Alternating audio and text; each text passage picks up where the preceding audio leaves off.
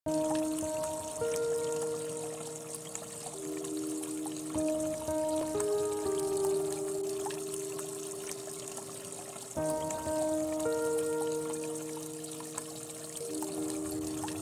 hias air tawar adalah usaha kita untuk melakukan budidaya ikan dengan metode apapun, tapi menggunakan air tawar sebagai medianya.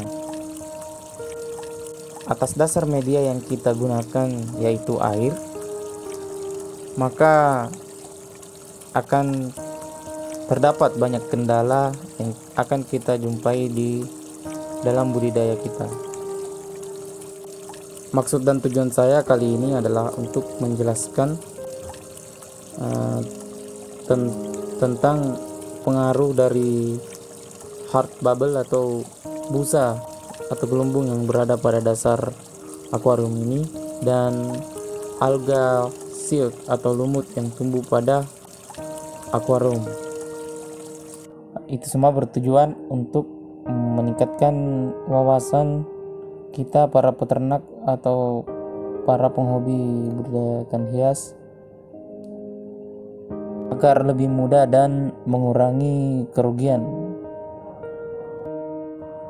Percobaan ini saya lakukan kurang lebih 2 minggu, bertempat di Jalan Poros Monima Batanggaluku, Kabupaten Goa. Berdasarkan data primer, itu data yang saya lakukan selama percobaan ini, yaitu tidak terjadi kematian atau masalah pada ikan yang saya budidayakan, dan bisa kita lihat juga airnya masih belum begitu rusak dan airnya tidak berbau. Namun berdasarkan data sekunder yang saya dapatkan, bahwa hard bubble ini merupakan indikasi dari tingginya amoniak pada kolam pada akuarium kita.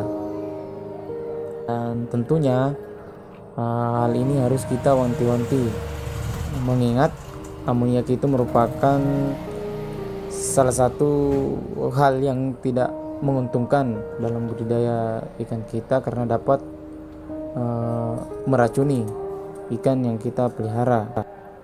Yang kedua adalah silk algae atau alga yang seperti rambut, yaitu lumut hijau yang tumbuh pada sekitar akuarium atau sekitar wadah kita. Hal ini dipengaruhi oleh jumlah nutrisi pada air kita yang berlebihan. Artinya ini juga dapat merugikan karena dapat membuat akuarium kita terlihat kurang mengenakan. Dan yang kedua, jika ini diterapkan pada budidaya ikan gupi, maka yang terjadi adalah ikan tersebut akan mati karena tidak mampu mencerna alga rambut ini atau lumut rambut ini. Berdasarkan data primer yang saya dapatkan atau data dari pengalaman saya, hal ini tidaklah begitu berpengaruh besar terhadap ikan yang saya budidayakan. Namun ada baiknya kita mewanti-wanti atau menghindari dengan cara melakukan pergantian air secara rutin dan membersihkan akuarium secara rutin. Tujuan pergantian air yaitu untuk mengurangi kadar amoniak yang terdapat dalam akuarium kita. Jadi kita bisa melakukan pergantian sebanyak 50%. Jadi Anda bisa melakukan pergantian air dalam 1 minggu 2 kali atau 1 minggu sekali. Kesimpulannya itu dari awal penjelasan, hard bubble ini terjadi karena tingginya amoniak. Ciri-cirinya adalah gelembung busanya itu sangat keras dan tidak mudah pecah. Yang kedua, silk algae atau lumut rambut ini diakibatkan karena tingginya kandungan nutrisi di dalam air kita. Hal ini juga kurang begitu disarankan.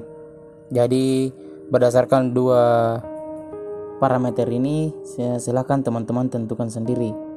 Oke, terima kasih.